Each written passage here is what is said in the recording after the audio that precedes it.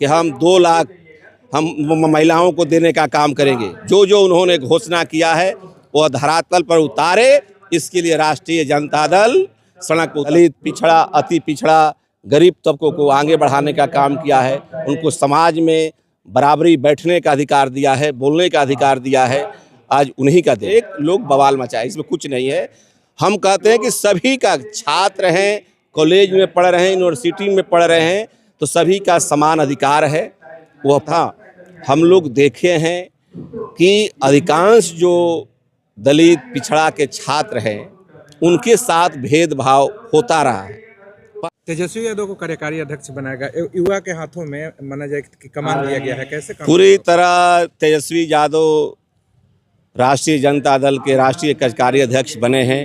पूरी हम लोग उनको बधाई देते हैं और पूरे राष्ट्रीय जनता दल में उत्साह है कि एक नए युग का आरंभ हुआ है।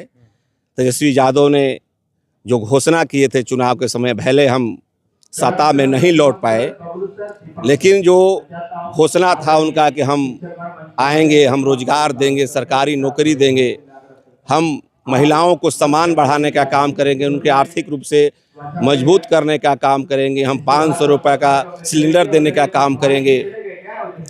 और उनके मुद्दा को आज भी हम लोग जिंदा रखे हुए हैं। और मैं समझता हूं तेजस्वी यादव जब राष्ट्रीय कार्यकारी अध्यक्ष बने हैं, कल राष्ट्रीय अध्यक्ष भी बनेंगे और उनसे पार्टी की मजबूती मिलेगी और हम लोग पुनः अपने संघर्ष को हम लोग गांव बूथ स्तर पर ले जा रहे हैं।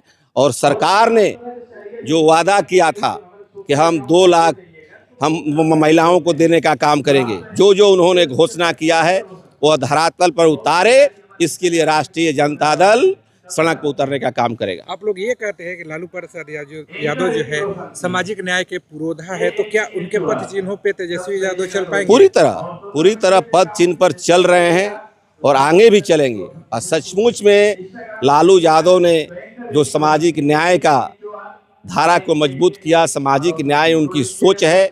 और लालू यादव ने ही आज बिहार ही नहीं देश के अंदर दलित, पिछड़ा, अति पिछड़ा, गरीब तबकों को आगे बढ़ाने का काम किया है। उनको समाज में बराबरी बैठने का अधिकार दिया है, बोलने का अधिकार दिया है। आज उन्हीं का दिन है। केंद्र सरकार एक बिल लाया हुआ है, यूनिवर्सिटी ग्रांट कमीशन, उसको लेकर बवाल मचा हुआ था। वहीं बवाल देखिए, बवाल रोक लगाया हुआ है, सुप्रीम कोर्ट रोक लगाया है। हम लोग फिर उसके लिए हम लोग मांग करेंगे, हम लोग भी रोड पर उतरने का काम करेंगे। और उसमें जो भी लोग बवाल मचाया उसमें कुछ बात नहीं है।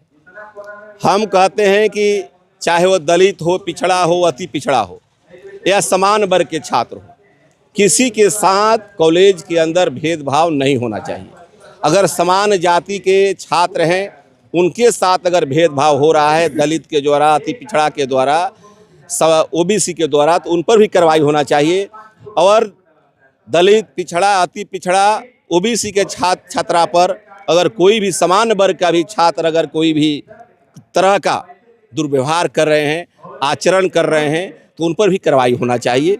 यानी संशोधन करके पुनः लाना तो यही है। इसमें कुछ सरकार का भी गाइडलाइन जो भी अभी नोटिफिकेशन निकला उसमें सब जाहिर है, लेकिन जानबूझकर एक लोग बवाल मचाए, इसमें कुछ नहीं है। हम कहते हैं कि सभी का, छात्र हैं, कॉलेज में पढ़ रहे हैं, यूनिवर्सिटी में पढ़ रहे हैं, तो सभी का समान अधिकार है, वह पढ़े, किसी के साथ दुर्व्यवहार नहीं होना चाहिए। इसको लागू होने से क्या समानता मिलेगा? तो पहले भी था, कहाँ कोई है कि अगर समान जाति के अगर छात्र हैं उन पर कोई दुर्व्यवहार होगा तो केस नहीं दर्ज होगा? कहाँ ही था? कहीं नहीं, तो पहले था, इसमें नहीं नहीं, अगर कुछ गलत हो जाता इसमें है तो केवल आप पूरा उसका डिटेल निकालिए, पढ़िए, कोई उसमें ही नहीं था किसी भी छात्र के साथ। हाँ, हम लोग देखे हैं कि अधिकांश जो दलित, पिछड़ा के छात्र हैं उनके साथ भेदभाव होता रहा है।